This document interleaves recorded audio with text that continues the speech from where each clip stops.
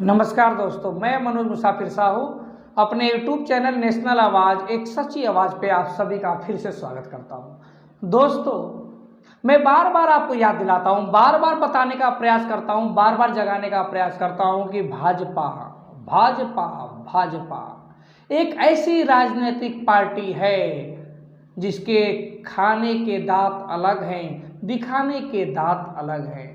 ये कभी जिंदगी में ओबीसी का, अति पिछड़ा समाज का, पिछड़े समाज का, एससी समाज का, एसटी समाज का भला कर ही नहीं सकती। और आज भाजपा चाहे जितने भी राज्य में सरकार चला रही हो, केंद्र में सरकार चला रही हो, सिर्फ ओबीसी के दम पे सरकार चला रही है। लेकिन राज कौन कर रहे हैं आपके ऊपर? अब आप कहेंगे यार तुम फिर फालतू की बात करने लगे, फिर से बिना मतलब की बात करने लगे। हम लोग पूर्ण रूप से हिंदुत्व के पहरेदार हैं और हम लोग राष्ट्रवादी लोग हैं और राष्ट्रवादी हिंदुत्ववादी लोग भाजपा को ही सपोर्ट करेंगे।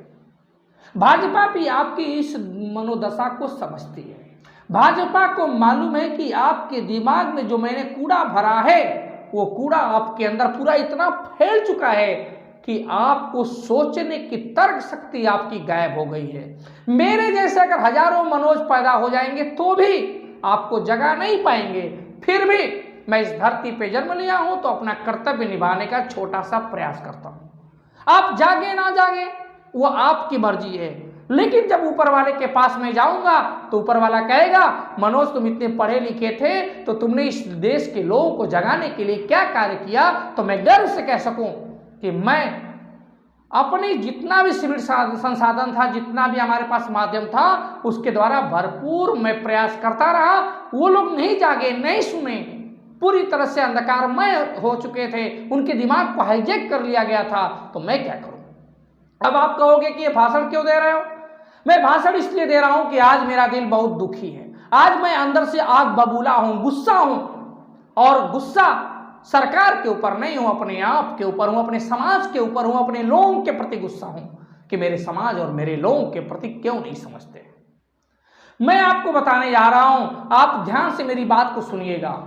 उत्तर प्रदेश के लोक सेवा आयोग के अंतर्गत, उत्तर प्रदेश के लोक सेवा आयोग के अंतर्गत उच्च शिक्षा विभाग के द्वारा, उच्च शिक्षा विभाग समझते हैं ना, हायर एजुकेशन, उच्च शिक्षा विभाग के द्वारा राजकीय महाविद्यालयों में, उत्तर प्रदेश के राजकीय महाविद्यालयों में समाज शास्त्र के लिए, विषय का नाम समाज शास्त्र है, समाज शास्त्र के लिए असिस्टेंट प्रोफेसर पर सीधी भर्ती कर दी गई। उत्तर प्रदेश के लोक सेवा आयोग द्वारा उच्च शिक्षा विभाग के अंतर्गत राजकीय महाविद्यालयों में, राजकीय महाविद्यालय समझ रहे हैं ना, डिग्री कॉलेज में, उत्तर प्रदेश के डिग्री कॉलेज में समाज शास्त्र के विषय में सीधी भर्ती कर दी गई। सीधी भर्ती का मतलब समझते हैं आप? सीधी भर्ती का मतलब कोई रिटेन एग्जाम नहीं हुआ, डायरेक्ट इंटरव्यू हुआ। डायरेक्ट इंटरव्यू, रिटेन एग्जाम की बात ही मत करिए आप। और डायरेक्ट इंटरव्यू हुआ 21 सितंबर, 22 सितंबर, 19, 20, 21 सितंबर को, 19 सितंबर को, 20 सितंबर को, 21 सितंबर को डायरेक्ट इंटरव्यू हुआ। इंटरव्यू मतलब साक्षात्कार हुआ, और उस इंटरव्यू साक्षात्कार में कोई एग्जाम रिटेन नहीं दिया। समाज शास्त्र के असिस्टेंट प्रोफेसर के पद पे आप नियुक्ति देने जा रहे हैं, कोई आप एग्जाम नहीं लेंगे, डायरेक्ट इंटरव्यू। और डायरेक्ट इंटरव्यू लेंगे तो आप जानते हैं जो इंटरव्यूअर होगा वो किस समाज से होंगे, किस लोग के होंगे, और सरकार की नीयत क्या है ये भी मालूम होना चाहिए। जब डायरेक्ट इंटरव्यू के द्वारा सिलेक्शन हुए तो साहब उसका परिणाम ये हुआ कि 15 सीटें थी समाज शास्त्र के राजकीय महाविद्यालयों में। इस 15 सीट में ईडब्ल्यूएस सवर्णों के द्वारा जो मोदी जी ने 2019 में जो आरक्षण दिया था ना, उसको एक तरह से साधन बना के ईडब्ल्यूएस की सवारी पर बैठ के, ईडब्ल्यूएस की सवारी में बैठ के 15 में से 6 कैंडिडेट जनरल के सामान्य वर्ग के लोग ईडब्ल्यूएस के कोटे से भर्ती हो गए।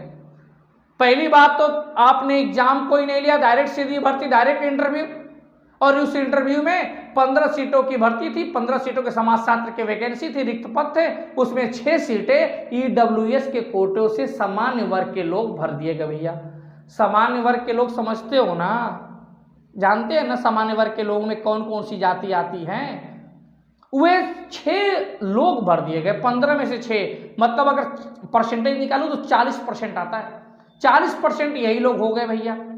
उसके बाद अब कहोगे 9 सीटें तो बची होंगी ना सर, 15 में से 6 हो गए तो 9 तो बची होगी ना। हाँ बाबू 9 बची थी, लेकिन दुख का विषय यह है कि उस 9 में से भी 8 सीटें जनरल वर्ग के लोगों को मिली।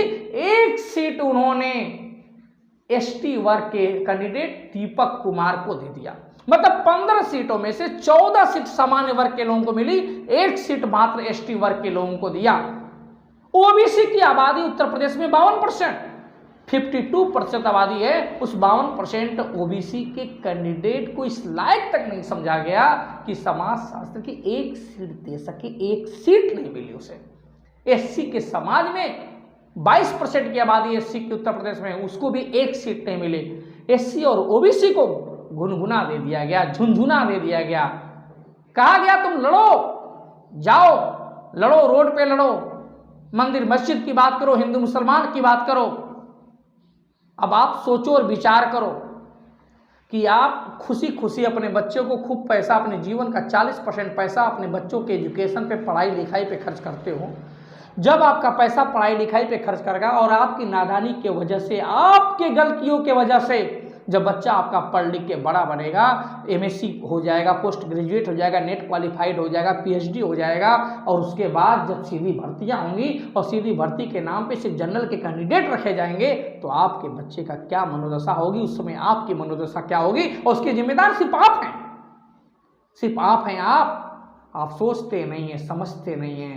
15 सीट में से 14 सीट सामान्य वर्ग के लोगों को मिली, 1 सीट एसटी वर्ग के लिए मिली। उस 14 सामान्य वर्ग में 6 लोगों को ईडब्ल्यूएस के माध्यम से ले लिया गया। ईडब्ल्यूएस के 52% ओबीसी की आबादी है उत्तर प्रदेश में, उसमें एक स्टूडेंट, एक बच्चा भी नहीं लायक समझा गया कि समाज शास्त्र के असिस्टेंट प्रोफेसर को उसकी नियुक्ति दे सके। एससी समाज की 22% की आबादी है, नहीं लायक समझा गया कि एक कैंडिडेट को उस पर नियुक्ति दे सके। ओबीसी कैंडिडेट नहीं समझा गया, एससी कैंडिडेट नहीं समझा गया। आप समझिए, ईडब्ल्यूएस की मैं आपकी बात कर रहा हूं। ईडब्ल्यूएस में 15 में से 6 सीटें ईडब्ल्यूएस के माध्यम से दे दिया गया। अब आप कहोगे ईडब्ल्यूएस के बारे में, मैं ईडब्ल्यूएस के बारे में 2 वीडियो आपको बना चुका हूं। 2 वीडियो में ईडब्ल्यूएस के बारे में समझिए, और तीसरा वीडियो मैं कल आपको दूंगा। उसमें खेल क्या हो रहा है, क्या उसके पीछे साजिश है, मैं उस साजिश का भी पर्दाफाश करूंगा, लेकिन अगले वीडियो में। आज मैं सिर्फ ये बताने आया था कि उत्तर प्रदेश के लोक सेवा आयोग के द्वारा जो उस शिक्षा विभाग के अंतर्गत राजकीय महाविद्यालयों में समाज शास्त्र की 15 रिक्त पदों पर नियुक्ति की गई है। उस 15 रिक्त पदों में 6 पद ईडब्ल्यूएस के माध्यम से समान वर्ग के लोगों को दे दी गई।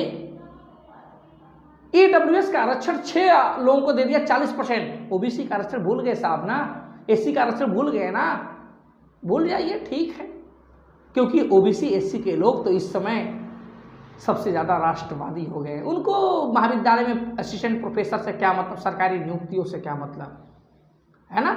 ठीक है, आराम करिए और खूब जितना मन करे उतना आप इंजॉय करिए और अपने आगे बढ़ते जाइए। धन्यवाद।